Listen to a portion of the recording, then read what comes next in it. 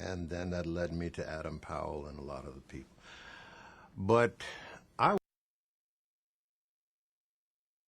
was put off by Malcolm X. Why? Because what he was saying and the way he was saying it was too blunt. It was dangerous. And you didn't say those things in those days.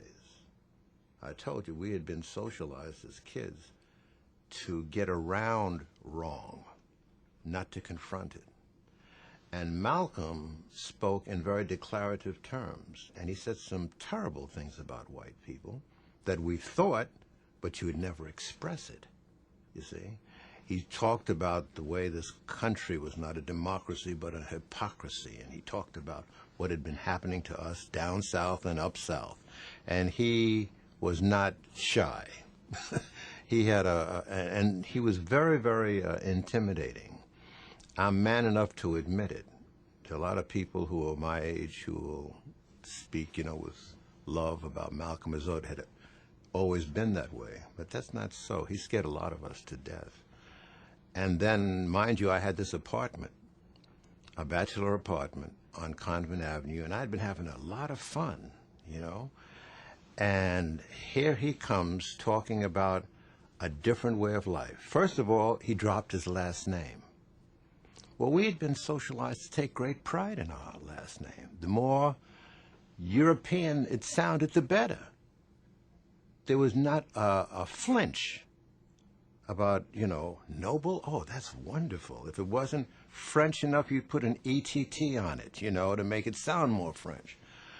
And so here's a man who dropped his good last name and replaced it with an X. I thought the man was crazy. And then he talked about discipline. And he talked self-discipline? Self-discipline. He said that we do not believe in drinking. And at the time I would have a taste. And he said that we don't smoke cigarettes with or without a label on them. And I would smoke, you know, with a label. Yes. And he said, we don't eat pork. Well, you know, I love me some ribs. And then he said, we don't fornicate.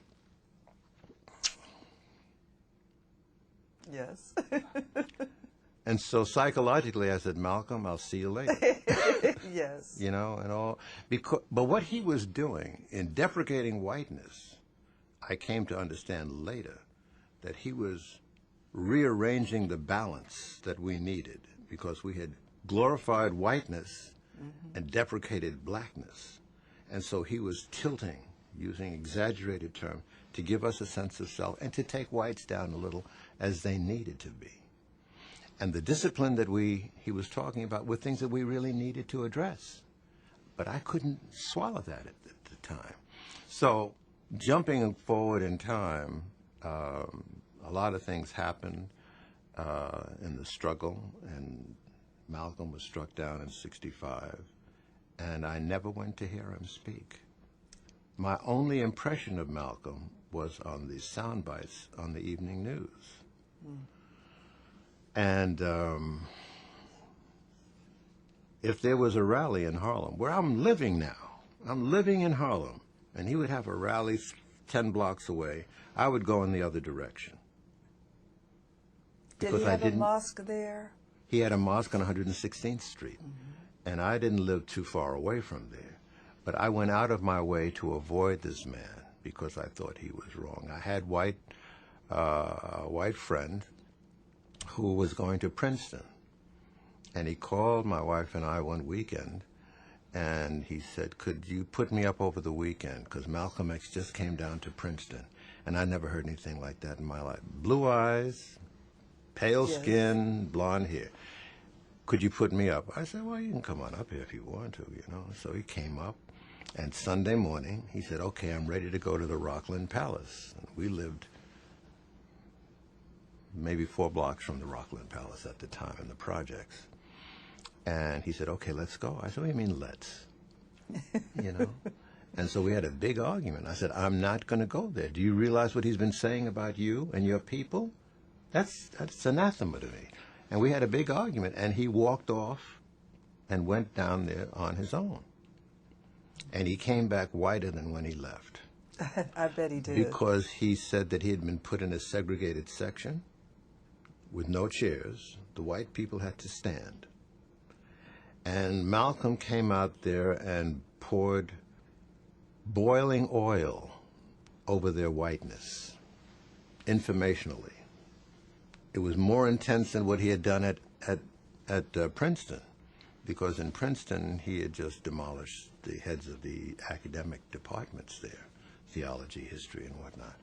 But here he was talking in more graphic terms, and he really gave this fella, Don Emerson, who we were friendly with, a shellacking. I said, I told you shouldn't have gone. And I said, the man is crazy, and I don't know why on earth you felt. And I was arrogant Yes. in my ignorance. And it wasn't until 1965, when he was assassinated, that there was a brother who lived in the projects. And he called me aside and he said, I'll tell you why Malcolm was killed. I said, what do you mean? He said, coming up to my apartment. So I went and he gave me a recording he had made of Malcolm at one of his speeches. And so for the first time, I heard Malcolm unedited, in context.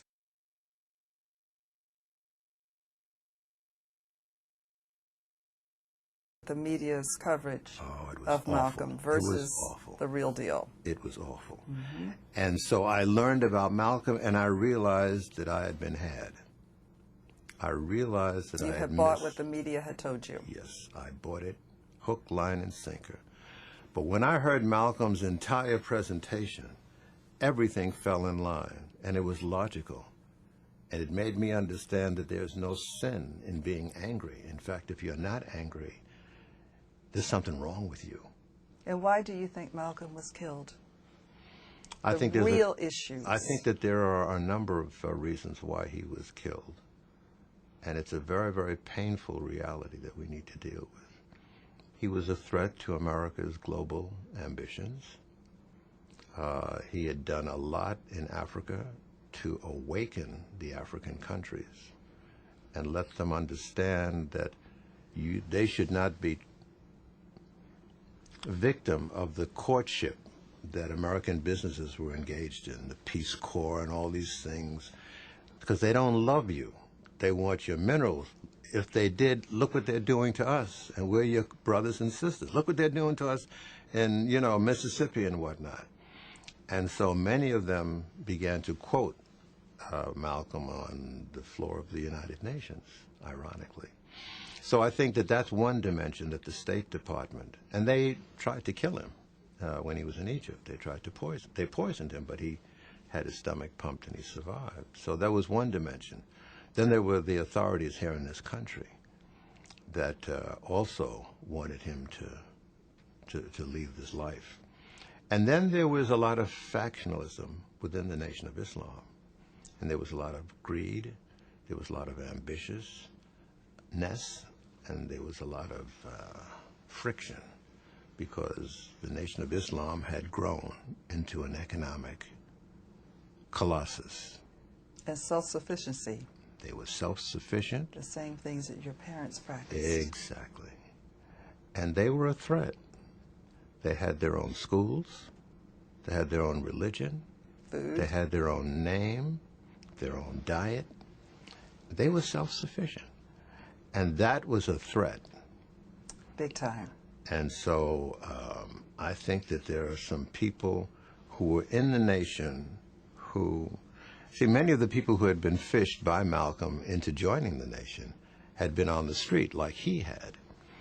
And a lot of them, as the money started to come in, some of the old temptations began to take over.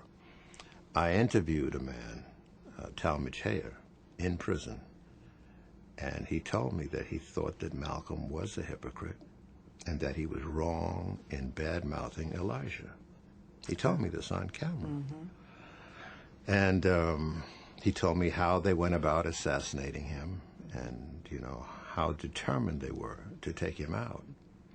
He really believed it, you think? Oh, he really did. He thought, and the more Malcolm protested, the angrier they became.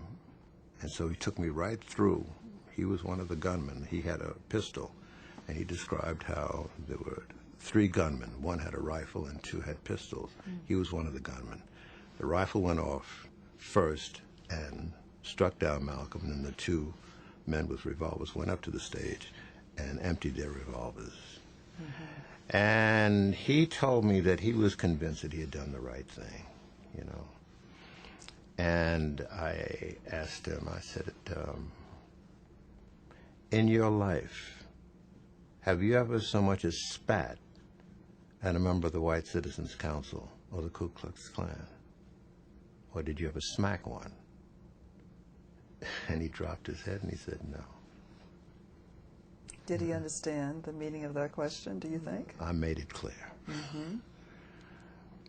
But he said that it wasn't until years later, while in prison, that he came to understand that Malcolm was not lying, he was not wrong, and that there was corruption. And he had a nervous breakdown in prison because he realized that who he had taken off. Yes, exactly. You know, so I mean, this was just a very, very painful experience, and it's something that we are not yet wrestling with. I don't want to get overly philosophical, but I just wanted to respond to your question that Malcolm had a tremendous impact on me after he was dead. Afterwards. Yes, because after that I became hungry to get this story and learn more about this extraordinary man. Alex Haley just came out with the book soon after the assassination. Got to know Alex, became very good friends. And I got to know Betty and the whole family, all of his, and so I began to fill out this cavity. I had this rich nourishment from Martin, but the cavity that my ignorance had created with Malcolm was beginning to be filled in. And then even more significant, I think, was the role that the students played. Yes. Because I think that that's something that today's students don't really understand.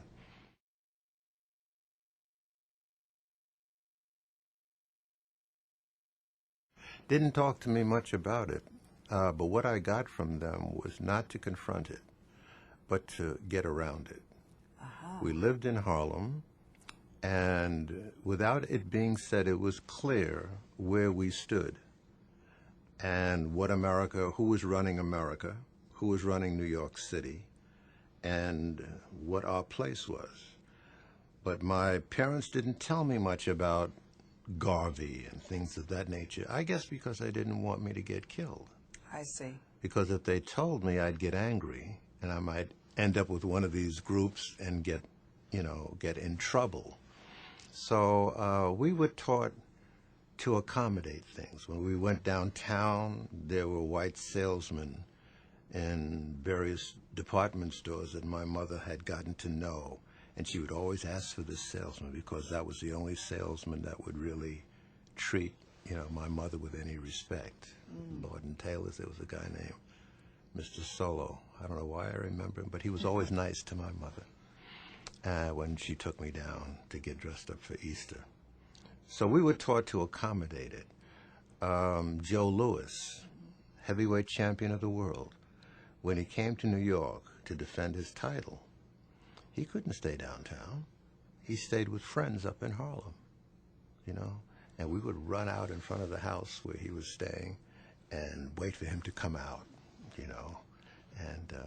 but again, that's the way things were. The economy of Harlem, as it is today, was controlled by outsiders. None of the merchants were burnt of skin. I see. And so your father stood out for that reason too, he didn't was he? like a sore thumb. I see. He was like a sore thumb. And there were a lot of people who coveted, and resented. He was a very imposing looking man, and he was proud, and he had his own business. That's not what the American dream by the dreamers had in mind. Yes. They didn't want that. And so they resented him. I was very proud of my father and my mother, but they left out a lot because I wasn't getting anything in school. I think I learned this much about Dr. Carver, and I think I learned even less about Booker T. Washington, but that was it. So I grew up through school, junior high school, not knowing much about myself at all. But then the 50s came along. And living in Harlem, this was the clearinghouse for the leaders of the struggle. Yes. The Black Panthers, SNCC, SCLC, Adam Clayton Powell Jr., Porkchop Davis, the sidewalk speakers. I mean, and I was in Harlem, you know, I said, huh? What did you say? I never heard the things that they were saying. Racism has learned how to really be more disguised and more political. It's not as overt, but it's still virulent. You don't hear the N-word by them as much anymore, but the practice of racism is still virulent. No, I don't. I think America has yet to face up to its very beginnings and the enormity of its crime. I think you were right when you said what you said about the man who struck down your son. America taught that man to hate your son. And that happens every day. And in broadcasting, it is manifest because there are people who decide what's going to be on and what isn't going to be on, what's going to be covered and what isn't going to be covered. The context. And blacks are coming in too often, and they, in their appetite to make it, they begin to sing the same song. So there is no diversity. It's awful, and I'm deeply concerned about that. And I think it's going to really bode ill for the United States of America. We're beginning to get whiffs of it now. We've been getting whiffs down through history, but the stench is getting, you know, more ominous. So I think the only answer is for us to really learn a little bit more about our past and face up to it.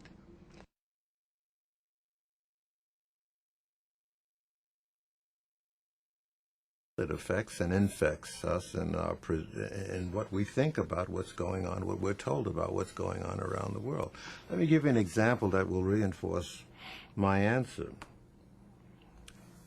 In every newsroom at the beginning of the day, there's a person who's called an assignment editor. They come in at sunup, and they look at mail that has come in, and they look at the wire services and the internet, and they look at the barrage of television screens. And between that, they begin to assemble the assignment schedule for the day. What's going to be covered, and who is going to cover it as the reporters come in. I've been through this. So when you show up for work, your first stop is the assignment desk. And they say, Noble, you're going to go here. This is who's going to be representing the mayor, and this is who you'll be talking to, that kind of stuff. Later on in the morning, the assignment editor meets with the producers and the writers, and they sit and they talk over an oval table about the assignments and what's going to be on the evening news. And they make their comments. Well, we're going to cover that story again. I mean, we've already given that story. No, let's move it down, or let's shave it to just a 30-second voiceover.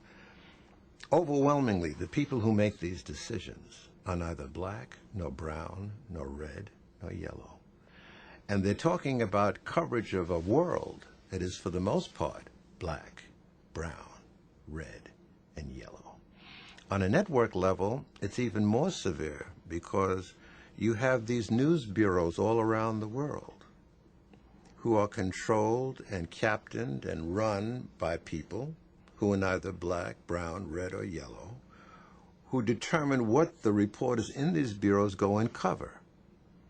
And when they bring back the report, then it is wired into the newsrooms and the head offices here in New York City, and then they decide to what's going to be laid in. Now, mind you, the network newscast is a half hour. They've got about 7 or 8 bureaus around the world, not to mention a dozen or so in the United States. all of this information is coming into this narrow funnel. Who determines not only what gets in the funnel, but all that extra stuff that doesn't? And what I'm saying is that the people who make that decision are neither black, nor brown, nor red, nor yellow, or have they had any educational background that tells the truth about the people who are black or brown or red or yellow. So there's a presumption that we're getting the skinny on what happened today. That's not so. Misinformation instead. Yes, I think misinformation is indeed a weapon of mass destruction. And then, of course, there is the issue of self-perceptions and another issue pertaining to the perceptions of others based on this misinformation. Exactly. I mean, I went through school and I was proud that I was able to commit to memory the Gettysburg Address. 77 years ago, our forefathers brought forth upon this continent a new nation conceived in liberty, dedicated to the proposition that all men are created equal. All? Yes. And what about the word men? Huh? What about the word men? There you go. There Yes. you go. But I swallowed that. And it's burned in my brain, all of us. Proud of it. Never once was it questioned, you know. Never once do we really focus on the beginnings of this country. And there's a woman now who I've given a lot of attention to because I think her thesis is right, Dr. Joy Leary. And she's been talking about the long-lasting impact of the slave experience on the victims of that, post-traumatic slave syndrome. I think that that's something that needs to be really looked at, and white people, as well as black, need to look at that before there's any help. So, the journalist has a lot of legwork, preparatory legwork, in order to really fulfill the precepts of effective journalism, and it's not happening in my judgment.